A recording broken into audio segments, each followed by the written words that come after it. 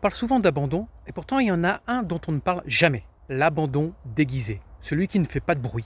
Celui qui passe sous les radars. C'est ces chiens qui sont encore là, dans une maison, un jardin, un balcon, mais qui, en réalité, n'existent plus aux yeux de leur maître. Ce sont ces chiens qu'on a un jour adoptés avec enthousiasme, mais qui, petit à petit, sont devenus des meubles. On les nourrit, on les garde, mais on ne vit plus avec eux. On ne les sort plus, on ne leur parle plus, on ne les caresse plus. Ils sont là, physiquement, mais plus personne ne les regarde vraiment. Et le pire, c'est qu'on trouve ça normal. Il a un jardin, il ne manque de rien, il ne se plaint pas. Mais c'est faux. Un chien, ce n'est pas un bibelot, ce n'est pas une peluche qu'on pose dans un coin quand on en a marre. Un chien, ça vit, ça ressent, ça attend quelque chose de vous.